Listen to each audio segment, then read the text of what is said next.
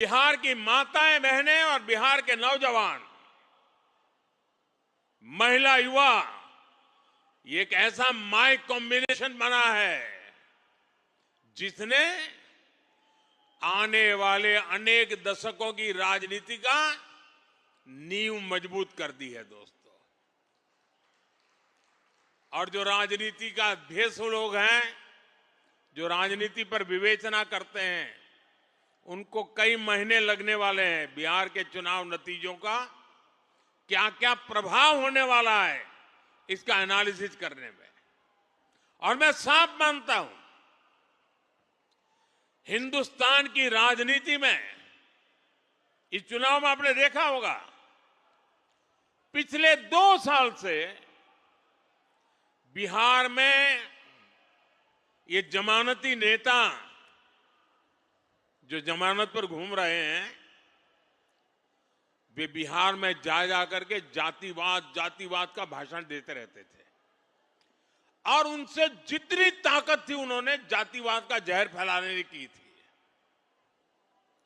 और पुराने जमाने से उनको लगता था शायद इससे उनका खेल हो जाएगा। बिहार के इस चुनाव ने जातिवाद के उस जहर को पूरी तरह नकार दिया है। ये देश के लिए बहुत ही उज्जवल संकेत है। बिहार के अंदर सार्वजनिक कार्यक्रमों में गैर कानूनी तरीके से जमीन ने कब्जा करके, मकानों को कब्जा करके जो वक्फ बना दिया जाता था, हमने देखा था तमिलनाडु में हजार साल पुराने गांव के गांव वक्फ प्रॉपर्टी बना दिए गए थे। देश भर में चिंता बन पड़ी थी। तब जाकर के हमने पार्लियामेंट में कानून पास किया वक्फ को लेकर के। बिहार के चुनाव में ये जमानती नामदार, उनके साथी दल सार्वजनिक रूप से वक्फ कानून को फाड़ देते थे और ये कहते थे कि हम जीत करके आएंगे, वक्फ कानून को लागू नहीं होने देंगे। बिहार के लोगों ने इस सांप्रदायिक जहर को भी विकास की राह पर चलते हुए पूरी तरह नकार दिया है।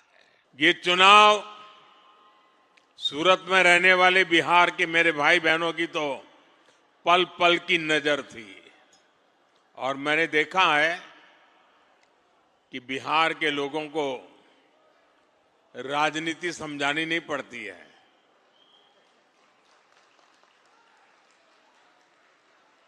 वो दुनिया को राजनीति समझाने की ताकत रखते हैं।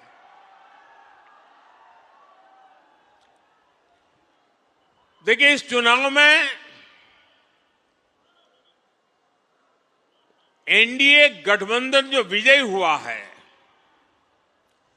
और महागठबंधन जो पराजित हुआ है, उन दोनों के बीच में 10% जितने वोट का फर्क है। 10%, ये बहुत बड़ी बात है जी। यानी सामान्य मतदाता ने एक तरफा, और मुद्दा क्या?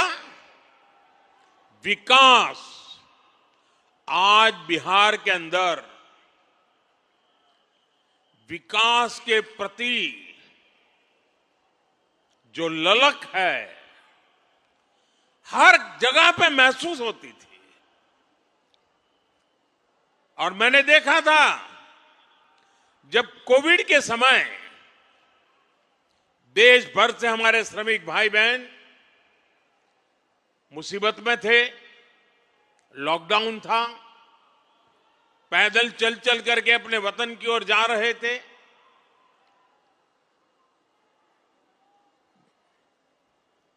ट्रेन में लोगों को ले जाना ये भी चिंता का विषय था, कहीं फैल न जाए।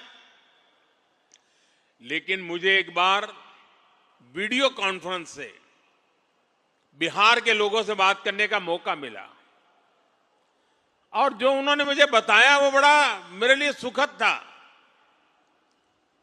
वे पैदल गए थे, कई लंबे लंबे समय तक पैदल चले, कहीं व्हीकल मिला फिर पैदल गए।